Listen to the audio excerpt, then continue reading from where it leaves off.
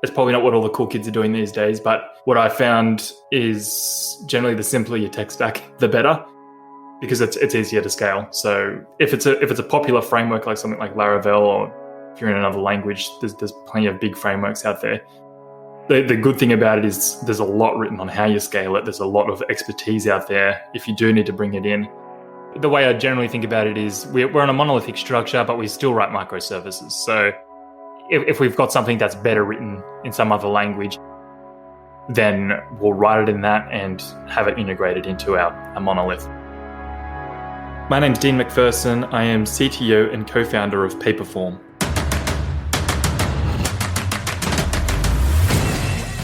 This is Code Story, a podcast bringing you interviews with tech visionaries who share in the critical moments of what it takes to change an industry and build and lead a team that has your back.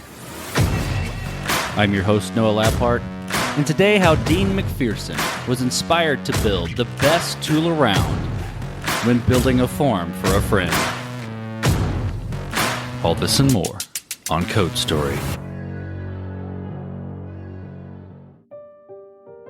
Dean McPherson, you guessed it, has always been interested in tech. Though, unlike many of our guests, he taught himself how to code after he finished his degree in music and philosophy. He has a small family, 2 little boys, and his wife is not only his partner in life, but in business as well. He loves the idea of fishing, but doesn't really go much, and he is a well-rounded musician, but most interestingly, he plays the didgeridoo.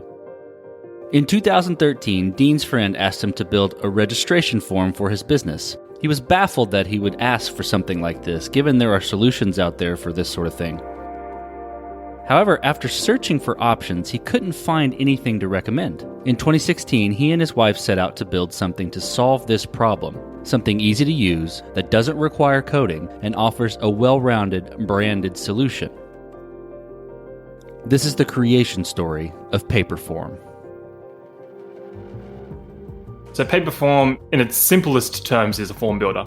You're probably aware if you're listening, there's a lot of form builders out there. We think of ourselves as playing in the no-code space. So it's a form builder, but you can use it for lots of creative things. We're not restricted to just surveys and quizzes. People use this for all kinds of use cases, from event registration through to client onboarding, through to lead generation and all those kind of classic form use cases. I suppose the gap we saw in the market when we first launched Paperform was particularly around event registration. I had a friend who runs a weekend kids club kind of thing, like a holiday program for children. And he asked me to build a registration for him back in about 2013. And I was like, why on earth are you asking me to do this? There are so many form builders out there. But when I had a look, I couldn't find anything that I would recommend that would allow him to have a form that captured all the information that was required, because it wasn't a trivial amount of information. You needed, parent guardian information, dietary requirements, who the kids were friends with, 30, 40 questions per child that could actually take payments, and that looked like his brand, because he had a bit of a brand around this program and he didn't want it to, come in and just have this very generic form. So that were the 3 prongs that were missing in the market. There was definitely some players that do parts of those, but nothing that really offered a rounded solution that you could make your own form with. So Paperform was born. And we've obviously grown a lot since then and found that there's a whole lot more gaps in the form builder space for something that is a well-rounded tool that allows non-technical people to build their own cool solutions. So tell me about the MVP. Tell me about that first product you made. It sounds like a form for a friend, we'll call it. How long did it take you to build, and what sort of tools did you use to bring it to life? So that form for a friend was actually just the inspiration. So I built that way back in 2013. When I would say we built Paperform in 2016, our MVP was, we were saying this is an inspiration point from where we have started, but let's have a go at building something bigger. I sat down and started writing an MVP. My background is very front-end heavy in terms of tech. We're very much a React shop. Back-end, we are a little bit all over the place, but our primary app is Laravel, which is PHP. which I've used in the past in previous jobs. And when you're first getting started, it's really great if you have a solid basis in what tech you're using, because you don't want to be learning tech at the same time you're trying to figure out what you're building. The more things you can have pre-answered, the better. I built our MVP kind of in 3 months while we're working full-time. We're both working full-time. Just got up an hour early every morning and wrote something. I found that to be a really helpful way to just keep everything moving. Even if I got up and I got nothing done, the next day you generally would. So you just maintain that steady momentum, and eventually got to this stage where it was a really raw MVP, our first MVP. It was polished, so it looked good and it felt really nice to play with, but it was very restricted in terms of what features we offered. So I think that was about August 2016 that we were like, okay, this MVP's at this stage where you can really use it to make a form now. It obviously doesn't have everything that we'd ever want to be in it, but it's at this stage where we need to get it in people's hands. So we put it up on beta list. From that, we actually got approached by AppSumo. Some of your fellow Texans reached out to us and asked us if we'd like to run a deal with them to launch it. So we said, yeah, why not? We're at that early stage. This is our first business, and we had no idea whether what we built was even going to be interesting to anyone else. Launching with an AppSumo deal was really valuable for us, because it brought us something like 3,000 people who bought a lifetime deal into the product. And then all of a sudden you have that many active users in your product screaming at you for features. So that was our refining process of how we went from MVP to polished product, was a lot of people trying to use the product at once. This episode is sponsored by Vanta. You're a startup founder. Finding product market fit is probably your number one priority. But to land bigger customers, you also need security compliance. And obtaining your SOC 2 or ISO 27001 certification can open those big doors. But they take time and energy, pulling you away from building and shipping. And that's where Vanta comes in. Vanta is the all-in-one compliance solution helping startups like yours get audit ready and build a strong security foundation quickly and painlessly. How, you ask? Vanta automates the manual security tasks that slow you down, helping you streamline your audit. And the platform connects you with trusted VCSOs to build your program, auditors to get you through audits quickly, and a marketplace for essentials like pen testing. Join over 8,000 companies, including many Y Combinator and Techstars startups who trust Vanta.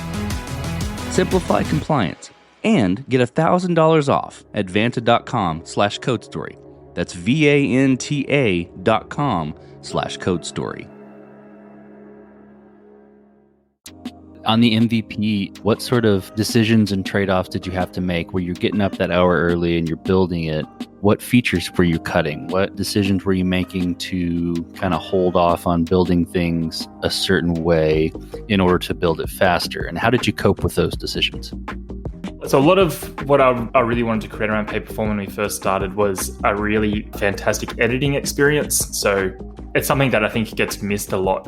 Maybe not so much these days, but definitely back when we were always first starting Paperform was thinking about how people are actually going to use your product, and if they were going to use it a lot, how you could make that more efficient and more useful over time. So our editing experience was heavily inspired by like the Medium editor. There's a content publishing website, but they were popular around the time for a place to blog, and they were one of the first people to do that kind of block style text editing where it's like writing a Word doc, but then you can insert images, you can insert content. It's very what you see is what you get, document based.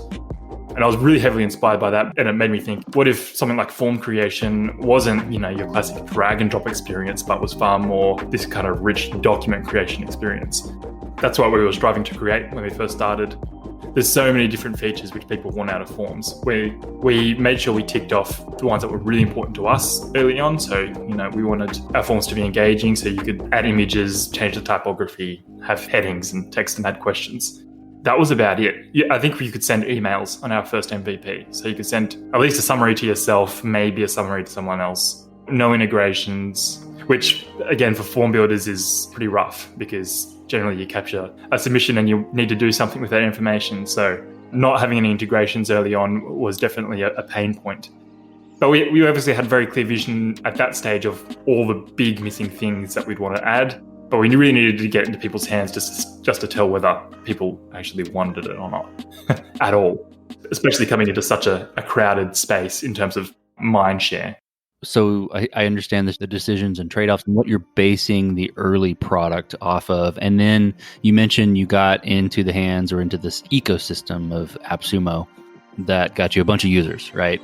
How did you progress the product from there? How did you mature the product, and how did you figure out what the next most important thing was to build? So at that stage, the business was just my wife, Dione, and I. We quit our jobs kind of March 2017. So there was a little bit of overlap of working full-time and trying to run Paperform at the same time. But from really early on, what Dione really focused on the business and pushed as a priority, which wasn't my natural tendency, but I'm so glad she did, was as live as possible customer support. So doing live chat on site. We talked to our customers pretty much all day, every day, which gives you a pretty clear idea of what pain points people are feeling in your product, and nothing really beats that. And that's why I really like to talk about that AppSumo deal as really foundational in that early part of our business, because actually having people in your product who have paid money to be there makes such an incredible difference in the quality of feedback you get. I'd mentioned a little bit earlier that we launched on beta list. We got something like 200 or 300 beta testers out of that, but the feedback we got from them was, in my opinion, pretty useless. Mostly because people that sign up to something like beta list are the kind of people that they're early adopters, so they're not your target market really. They're people who like to play with new technology.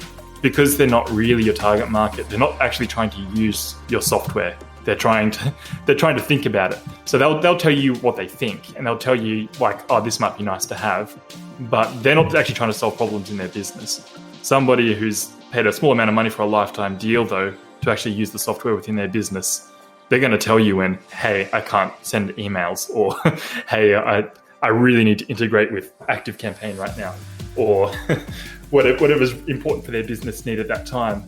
The quality of feedback is so much more valuable. So it was actually really easy, I think, because of the volume of people, to determine what were the really big things that were missing in the product. So for that first, I'd say probably nearly year and a half after launching Paperform, it wasn't a tough call to figure out what to build next. The trick was just building it. So we added something like a significant feature a week for the first 50, 60 weeks. Every newsletter every week was, hey, we've got a new feature for you, which was an incredible way of actually growing the business as well, because people got really excited about this momentum of, oh man, every time I get an email from Paperform, there's a new feature being added.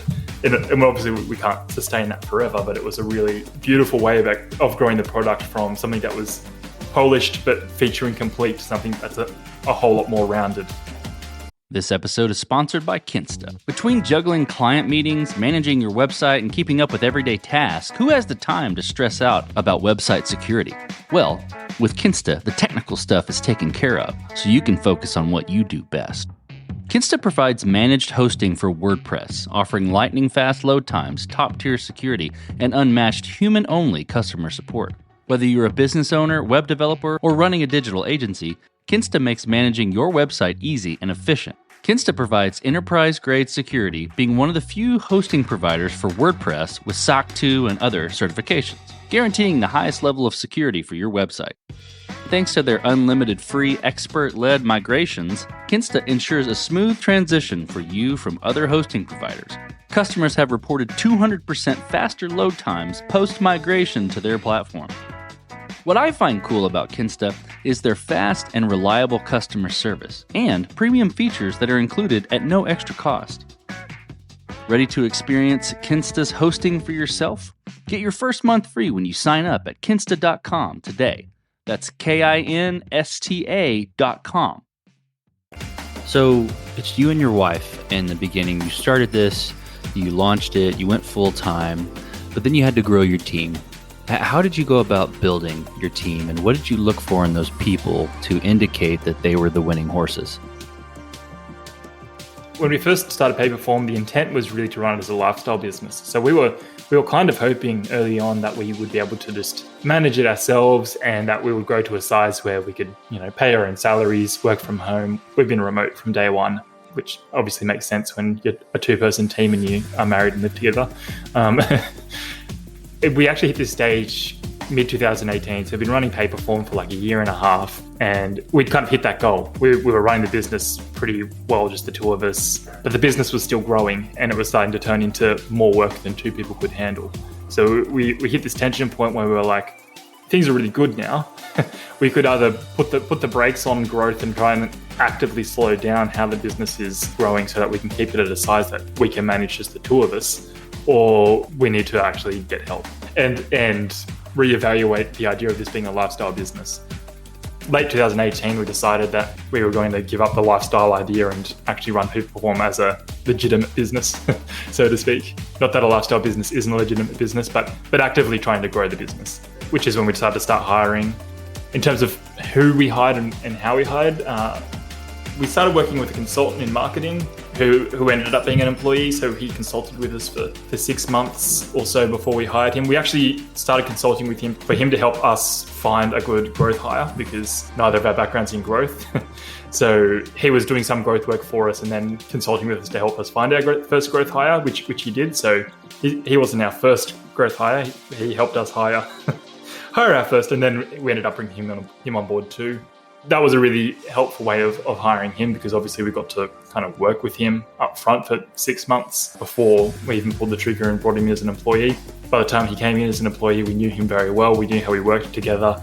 Other than growth, we also have brought on another developer who happens to be my brother-in-law, which certainly also makes life pretty easy because I've known him for 10 years or something like that. And all those relational aspects of working with someone are a whole lot easier when you know somebody that well, and are a lot less of a gamble. But in general, when we're hiring, we are looking for really attitude above skill set at this stage in our business. I think it's really important. We're about 10 employees now, and the way we've decided to focus on that is these people really need to take ownership of their roles. So we need people that are self-motivated, really excited to work. We're remote, so having people that can kind of manage themselves to a degree is really important, because you can't micromanage from the other side of the world. It doesn't work, and it shouldn't work. If you do have somebody on the other side of the world, you need them to be relatively responsible human beings who are willing to manage their own enthusiasm for their work. So attitude, I think, has been really a deciding factor for a lot of our hires. Obviously, some hires require a skill base, but if you gave us 2 people and one person's attitude was slightly better, but they were slightly less technically able, we would pick attitude over skill any day of the week. You focused on fit, and I like what you said, attitude, because that can encapsulate a lot of things really over skill. So I totally get that. Let's dig into some technical bits a little bit and talk about scalability. So did you build this to scale efficiently in the beginning, or were you fighting this as you grew? It's probably not what all the cool kids are doing these days, but what I found is generally the simpler your tech stack, the better, because it's easier to scale. So if it's a popular framework like something like Laravel, or if you're in another language, there's plenty of big frameworks out there. The good thing about it is there's a lot written on how you scale it. There's a lot of expertise out there if you do need to bring it in. So we haven't really had any structural design problems with scaling our business at all. We migrated hosting in like 2017 from DigitalOcean over to AWS, kind of to enable a whole lot more of the AWS ecosystem, which helps us scale out as well. But generally the way we handle our design is with scaling in mind from the ground up. So we do a lot on Lambda these days. If we're doing any component of our ecosystem that needs to dynamically handle quite a bit of load, then we try and push it into a serverless environment. But our primary app stack runs just on EC2 instances. That's been generally pretty manageable and fine. We might consider changing our infrastructure at some stage, but I doubt there'll be any application level rewrite or big pieces of work there. It's all been pretty manageable. And so you're using PHP Laravel in the backend, that's right. And you're on a monolithic structure right now. Yeah, so the way I generally think about it is we're on a monolithic structure, but we still write microservices. So if we've got something that's better written in some other language, and especially if we can run it in a serverless environment, then we'll write it in that and have it integrated into our monolith. So our monolith is kind of our control center, which I think it would still fall under the monolithic pattern of application design, but it allows us to have our cake and eat it too. It means we've got a fairly simple infrastructure level as well. We don't need to worry about orchestrating thousands of services to offer our product. it means if you just need to do something quick and simple in PHP, then you can do that too. Well, as you step out on the balcony and you look across what you've built with Paperform, what are you most proud of? I'm really proud of what we've built, and I'm really proud of the team that we're growing. I really love the people who work with us, and we all get along really well, and I'm really loving the culture that we're building piece by piece. I think one of the most rewarding things I see when I look out across our business is really our customer base. When you actually build something and then you see thousands of people use it to actually solve problems in their own businesses, it's really rewarding. We offer not-for-profit organizations pay what you want. So we actually see quite a few not-for-profit organizations come through and use us for like $1 a month, which is completely awesome. But that gives us these amazing stories of people coming in and scaling out, sometimes really boring infrastructure things in their businesses and sometimes really exciting campaigns. But regardless, it's really awesome to know that something that we've taken the time to put together is valued and used to do really amazing things. Like one really cool story we did a case study on a couple of months ago when it was probably like a month or two into the pandemic, and this software agency I think they're somewhere in Germany, started using Paperform to make online booking forms for florists. So his local florists obviously had to shut their doors. So he was just making them forms and giving them to them essentially for free. They were doing, thousands of dollars of sales through these free forms and keeping their German forestries afloat during this crazy time. And that's so rewarding. What we've built can actually make that kind of a difference in some random florist in Germany. I'm really proud of that. Let's flip the script a little bit. Tell me about a mistake you made and how you and your team responded to it. We make mistakes all the time. I think as definitely in strategy, like we'll explore a partnership and get to this stage where, here's an example. So AppSumo was a really fantastic way for us to launch. If we went to them, they would be very happy for us to run another deal. And that was definitely tempting early on to kind of get onto that deals bandwagon. AppSumo ended up launching a subscription service called Briefcase, which we are actually a part of. So it's like a SaaS bundle. You pay AppSumo a certain amount a month and it gives you access to a bunch of software solutions. And that's completely fine. They're a great company and they're doing great things. But we found the value association of the brand of AppSumo to be detrimental over time. So we definitely don't want to be associated with deals going forward, because it certainly portrays a certain level of value in your product if you're always trying to sell it for the lowest buck possible. While it wasn't a mistake launching with AppSumo, it's definitely been one of those things that we've had to reevaluate over time about how we want to portray ourselves in the market. We don't want to be viewed as the cheap form solution or the budget form solution, mostly because that doesn't reflect the product. The product's of great quality and we want people to think that it's of great quality. It's interesting that you say that about the deals package, and I think that's true. There's an impression there that can be had, and a product can be labeled as such. So that makes a ton of sense that you kind of wanted to move away from that. So what does the future look like for your product and for your team?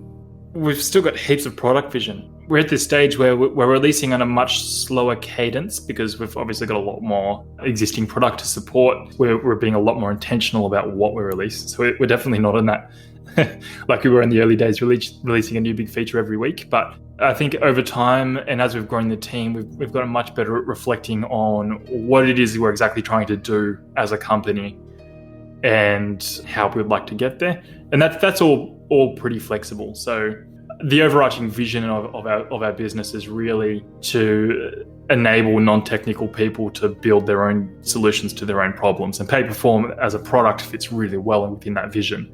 But we would love to, build auxiliary products. We would love to continue to expand our forms product to open up even more possibilities about what people can use it for. And a lot of that's also around the people themselves. So unlike a lot of technical products out there, a lot of people who come to use us are small business owners that don't really have a huge amount of experience using SaaS products at all. So we are heavily investing in things like customer support or customer success, whatever you want to call it, and actually up training our own internal people to help our customers figure out how to build their own solutions. So we've got some amazing support people that spend most of their day talking to customers, and a lot of what they're talking about is these very in-depth business use cases, which they're helping them guide through the technicality of how they can set that up with some of our more advanced features, trying to bridge that gap between where an end user's expertise might end and where they want to be. So a lot of education and a lot of time spent trying to help them get to their solution. I think between those two things, between where we want to go with the product and really trying to support our existing and new customer base as best as we can, we've got our work cut out for us. Sounds like you have a lot on the plate that you have in the vision, which is important and good for the future. Let's switch to you a little bit, Dean. Who influences the way that you work? Name a CEO, CTO, architect, or really any person. Name a person you look up to and why. Like probably a lot of entrepreneurs out there, I don't spend a lot of time reading or thinking about how other people work. I think I probably did when I was younger, but I think a lot of the way I work has been picked up via osmosis from previous bosses in previous jobs and different aspects of that. So my first boss was a fantastic salesman, great at client management, taught me a lot about managing expectations and how to handle people, which is, I think, something that a lot of developers in particular don't get, especially if they've, work straight for larger corporations. They get protected from the people side of business, which if you want to run your own product, then, more of my day is spent handling people than it is writing code. And then in a few other roles, I learned, I suppose, more straight up productivity things. So really thinking about, when are you productive in your day and how can we prioritize that as an organization? A lot of those problems go away when you're not in an office. Like as a programmer, I found it harder working in offices where you're around a lot of other business professionals that, are far more prone to water cooler chat or that quick coffee break, or just coming up to you at any time and asking you questions. I don't want to be one of those developer prima donnas, but I think we all are to a degree where when you're really focused on something, you like to not be disturbed because you don't want to lose that train of thought and have to start again. So definitely learnt a lot from those two roles. I suppose in terms of more popular or known external thinkers, Seth Godin had an impact on me pretty early on. I think somebody gave me one of his books a year or two before we launched Paperform. I think before I'd started thinking about it, and Seth Godin definitely jogged my thought processes into action in this case. I kind of assumed that the classic model of being an employee was the safest, most stable way forward in life. It really questioned the modern economy and how safe a job is and how de-risked it actually is to start your own business, which in our case has been really true. So we've bootstrapped Paperform from the ground up. We didn't sell our house to fund it. We didn't go knocking on all of our family members' doors asking for cash to fund it. We were able to do it with 2 people and a bit of elbow grease. And a lot of that, I'm sure, is market timing. And I'm a developer, which is probably a bit of an advantage. In general, I think it's never been easier to start a new business and requires way less upfront capital, requires way less upfront expertise or experience. Seth Godin definitely made me reevaluate what's the most stable career path going forward. Kind of kicked the legs out from under me a little bit by making me question how stable working for other people would be forever. And I think that's probably even more true today than it was 5 years ago. And I can't see how it would change anytime soon. So if you could go back to the beginning, what would you do differently, or where would you consider taking a different approach? In hindsight, everything's 20/20. So it's really easy to say, oh, I wouldn't do that, or I would, there are definitely some architectural problems in our code base which I would go back and do differently. Nothing that's going to cause significant pain, but definitely things that I'll go, oh, why did I design it that way around? Why did I name it like that? So there's definitely lots of small things that I would go back and do differently. I would probably hire earlier. Bringing other people in who are actually focused on areas of the business that you aren't strong in. So for us, that was definitely growth and marketing. Was really healthy for the business and really healthy for us because it's When somebody else isn't doing it, you're thinking that you should be doing it and you're half doing it, but you're not very good at it. If you are able to hire people into those roles, then that's great, which is something that we're still adjusting on how to do. Well, the way we generally hire is we wait till it gets so painful that we need to put somebody else in that position. So yeah, hiring earlier, I think, is something that I would definitely do if I had a time machine. Last question, Dean. So you're getting on a plane and you're sitting next to a young entrepreneur who's built the next big thing. They're jazzed about it. They can't wait to show it off to the world. They really think it's going to be a game changer. What advice do you give that person, having gone down this road a bit? There'd be a couple of pieces of advice I'd give. One is, who's your customer and how are you going to get to them?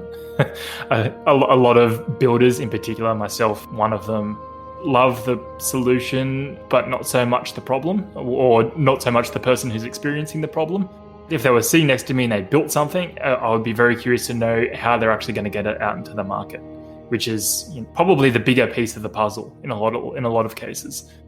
Other than that, I think really healthy pieces of advice is stop listening to advice to a degree.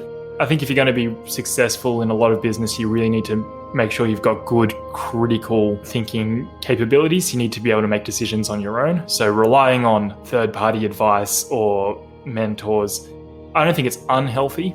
I think it can be a crutch for a lot of early entrepreneurs, thinking that they need that next level of seniority or advice or wisdom to really tell them how to do things. A lot of business that we've found is common sense. Try and think about why people would suggest the things that they do, and when you're working with other businesses, know that business is business and people are going to do what's in their best interest. Make sure you really try and think for yourself before you let other people tell you how you should be thinking. That's something that I think we've actually done really well. When we launched Paperform, the dominant media around how you would start a business like ours is you would build an MVP and then you would shop it around at every VC firm within flight distance until somebody gave you a huge check, and then you would try and scale it up within 18 months and it would crash and burn, or you would make $1 billion. We definitely went the more grow it yourself, bootstrapped way, and I wouldn't change that, especially for our first product, because it gave us the pace to be able to figure out what on earth we were doing as we were doing it, without the added pressure of external stakeholders, looking for a return or looking for a quick buck. No, that's great advice. Well, Dean, thank you for being on the show today. Thank you for being on Code Story and telling the creation story of Paperform. Amazing. Thanks, Noah. It's been awesome. And this concludes another chapter of Code Story. Code Story is hosted and produced by Noah Labhart. Be sure to subscribe on Apple Podcasts, Spotify, or the podcasting app of your choice. Support the show on patreon.com/codestory for just $5 to $10 a month. And when you get a chance, leave us a review. Both things help us out tremendously. And thanks again for listening.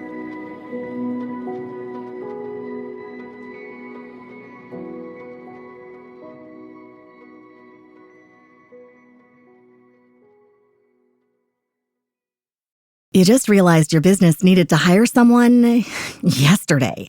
How can you find amazing candidates fast? Easy. Just use Indeed. Stop struggling to get your job post seen on other job sites. With Indeed sponsored jobs, your post jumps to the top of the page for your relevant candidates, so you can reach the people you want faster. According to Indeed data, sponsored jobs posted directly on Indeed have 45% more applications than non-sponsored jobs. Don't wait any longer. Speed up your hiring right now with Indeed. And listeners of this show will get a $75 sponsored job credit to get your jobs more visibility at Indeed.com/PODKATZ13. Just go to Indeed.com/PODKATZ13 right now and support our show by saying you heard about Indeed on this podcast. Terms and conditions apply. Hiring? Indeed is all you need.